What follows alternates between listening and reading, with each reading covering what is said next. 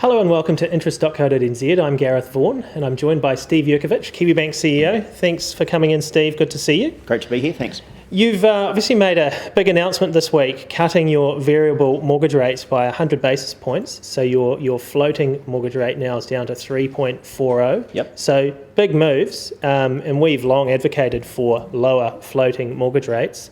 I guess so. To kick off with, why now? I think part and parcel of the reflections that we had over the COVID period, and I guess personally in the lockdown, gave us a chance to have a really good think, because quite often, you're sort of rattling from week to week and meeting to meeting, whereas the working from home, sure, there was a lot of Microsoft Teams meetings, but it also did give you a bit of a chance to think. And I think you sort of touched on it there really, which is, the difference between the floating and fixed has felt uncomfortably large for a while. And then, so once you start thinking about that, and I mean, I've seen your articles as well, sort of spurring us along a little bit there, you start to reflect and say, well, it's fair that there's a premium for the flexibility, but is the premium a good customer outcome in the sense of, how big is it? And are customers choosing fixed rate loans when they perhaps would be better off in floating? And particularly in the business lending market, which I've obviously spent a bit of time in, the ups and downs of the cash flows over the COVID period, some people are trading really well with the pent-up demand, others are struggling, and it just seemed to me that we could do something about it. And really it's a sort of a reflection of, I think of, 20 years ago we were kicked off to be different. We were kicked off to challenge a market that's dominated by 4 big Australian-owned banks. And, we've really had a good think about our purpose, which is Kiwis making Kiwis better off. And we sort of say, well, actually, our board challenged me to say, well, what are you really going to do? And be bold, and then so when you start to think about it, this is pretty bold, and so I think it fits that category. And I hope for a lot of customers who are maybe on the fence about joining Kiwibank, they'll say they are different, and maybe I should join them. Are you seeing much interest in floating or variable rates at the moment? Because traditionally, certainly the home loan market, New Zealanders tend to go for fixed rates. Yeah, well, I think we're going to see a lot more, because typically the gap, if it was, if you're thinking about 4.4 versus in the twos, that's a big gap. Whereas at 3.4, you might be saying to yourself, well, actually, even if I don't go 100% variable, I might go 50-50 or I might go 70-30. So, I think we will see more interest. Certainly on the business banking side, I think we'll see a big move pretty quickly. Is there scope to go even lower still? I mean, obviously we're in an extremely low interest rate world, OCR's at 0.25%, some talk of negative rates in New Zealand. Is there scope to go even lower? Well, it looks directionally like that's the way to go, isn't it? I don't think so in the short term, but the risk that you were trying to manage against, of course, was a rate rally.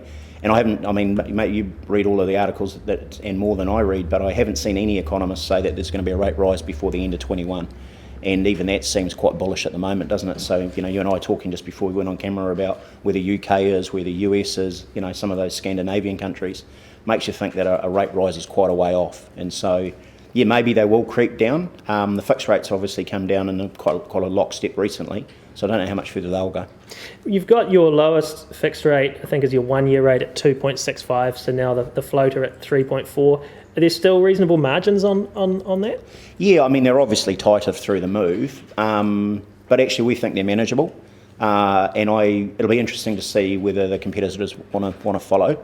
But we've put a lot of time, as you'd imagine, into thinking about that, and we think that the living up to our purpose, being different, recapturing that sort of challenger spirit of what we're trying to do will pay off.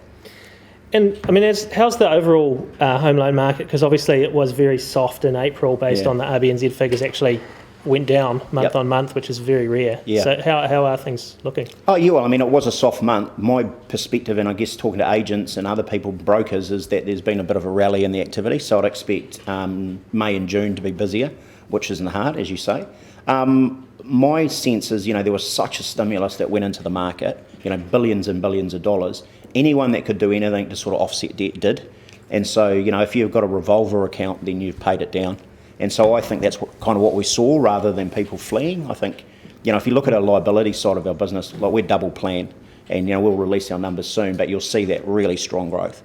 And actually, I think one of the headwinds to bank profitability when we report, ASB reports at the same time, then obviously the later will be the headwinds of how much deposits we've got and the liquidity, which is a quality problem, of course, in a tough time, but very, very different to the GFC. Like, we're actually really flush. It's really interesting that you mentioned that, because I did an interview recently with Jeff Baskand after the financial stability report came out from the RBNZ. It's an interesting article, isn't it? And he was actually encouraging depositors, saying some depositors ought to put their money to use elsewhere. Yeah. I mean, would you sort of back up that those comments? Well, they were interesting comments. I mean, from my perspective, I think we have seen a flight to safety, and that in troubled times people tend to look for banks. And I mean, equity markets have been really choppy.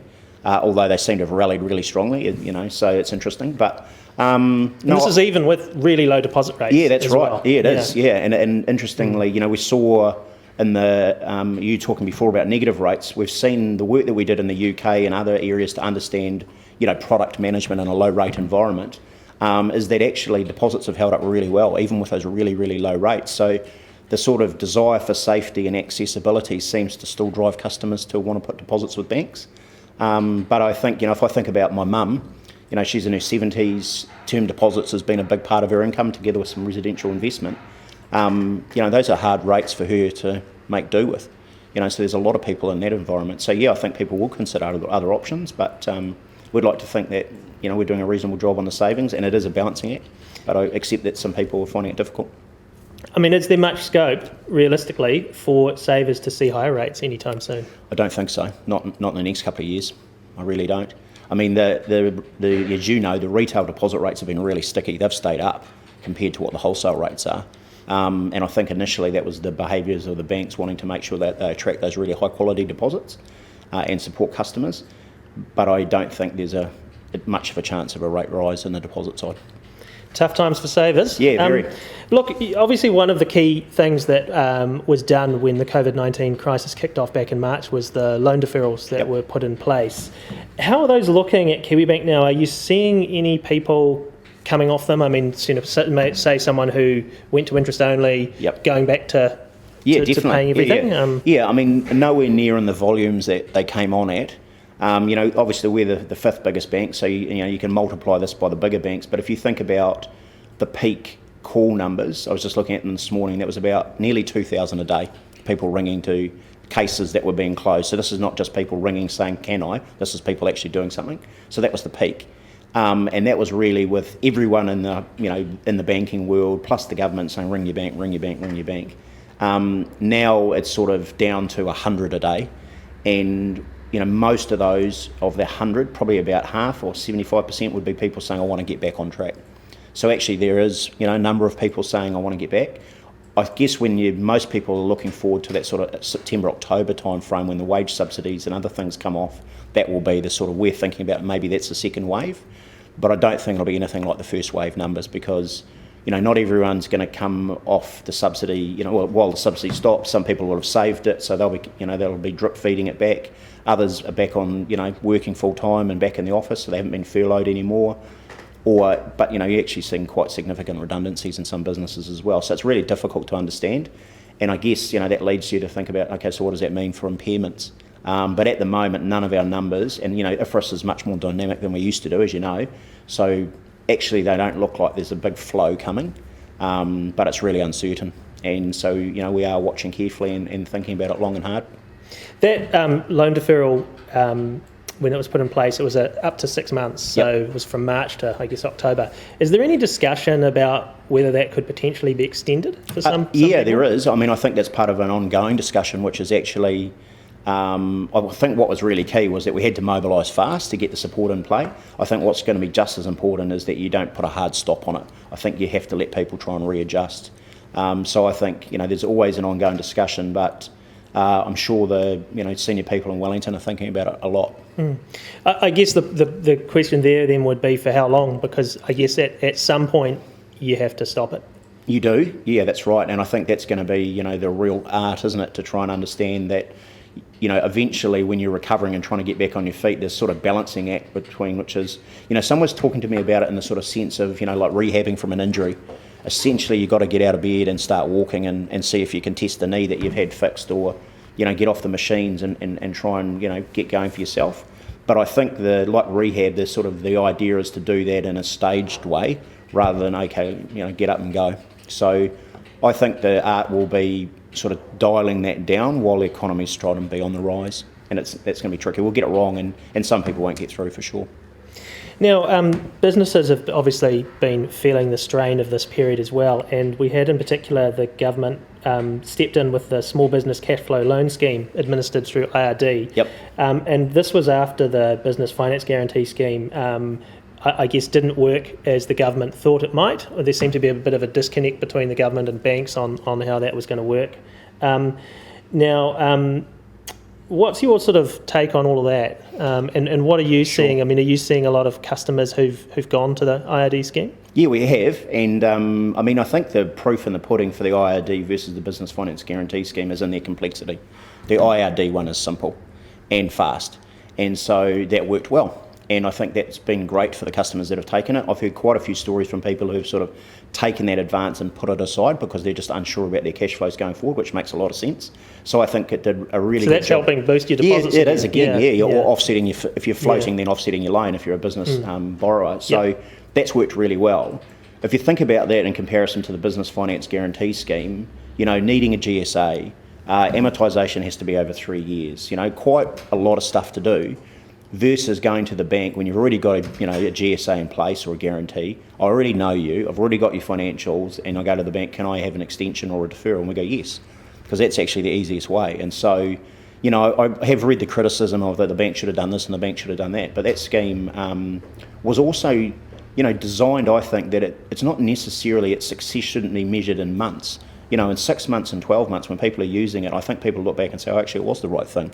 And actually I can use it, but just because they didn't need it at the first minute doesn't mean it's a success or failure, I think. But I think the heart of it comes back to its complexity. Do you think, I did an interview yesterday with Stuart Nash actually about the small business cash flow loan scheme, and I asked him whether they may make that permanent. Yep. And he was saying, that they haven't said no to that, and he's had a preliminary discussion with Grant Robertson, so it's possible, but there's no commitment yet. Do you think that would be a good thing? Or would you like Kiwibank to be involved in something like that in the future? Yeah, well, I think the interaction of all of the banks and some sort of scheme to support them is really key. I think, if you think that this is going to be multi-year recovery, then trying to find some way to support customers which doesn't just look like extra debt and is some form of support or credit support from the Crown makes a lot of sense to me.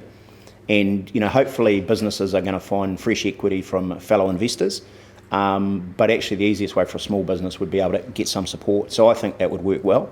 But I think for it to work well, it needs to be a partnership between the broader banking groups and the government. And so, I'm sure as a Crown influenced entity like ourselves, we'll have a part to play. But actually, I think it'll work best if we could just make it simple and easy for the government and the Crown to stand in and get that money into the system, rather than just, and also at the end of the day, I guess the Crown would get something, an asset, which might be, some form of convertible note or something along those lines for the businesses. So I think it's a good idea. Have there been talks about Kiwibank and potentially other banks being involved sort of in a I guess, a permanent version of the small business cash flow loan scheme? No, not at the moment. No, not at the moment. Yeah. But obviously, when we were asked for ideas and we were challenging ourselves about how we could think as a group of the New Zealand Bankers Association, but also with the ministers, the New Zealand Trade and Enterprise do something similar. In Australia, EFIC do it. So it's not like we've invented this idea. It's an idea that works in other jurisdictions. So I think it's a really good way to try and progress things. Now, last month, Standard & Poor's lowered the outlook on Kiwibank's credit rating, which is an A rating, to stable from positive, and they cited some concerns over your digital strategy in the age of COVID-19. Yeah. Now, we spoke in February after your interim results, and you talked about how you'd be presenting an investment case to the board in April or May, and your big shift to the cloud planned. Yep. I guess as you move on from the abandoned CoreMod project, which of course predates your time at Kiwibank. Yep. And there was plans for investment of hundreds of millions of dollars over several years. Yep. Where are you at with this, and to what extent has COVID-19 changed your plans? So COVID has shifted the timeline, so we'll present in August.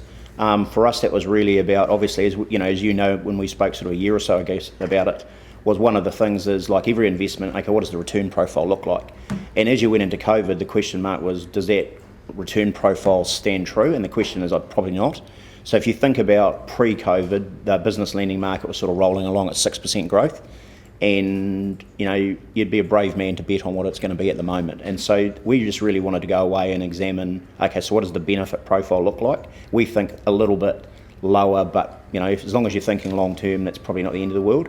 What it did make us want to double down on is the cloud, and so I'm sure your office was the same, but we went from I think we had 140 users using the remote working tool to 1,600 in a week. I'm sure your life was like mine, which was back-to-back Zoom meetings and Microsoft Teams meetings, so showed that we could work in a more distributed way, but the cloud was critical. And if you look at, I think the world's changing a bit as well, is that the government and other areas and regulators and prudential authorities have also had to use the cloud, and so I think they probably are more bullish about using the cloud, which I think is positive.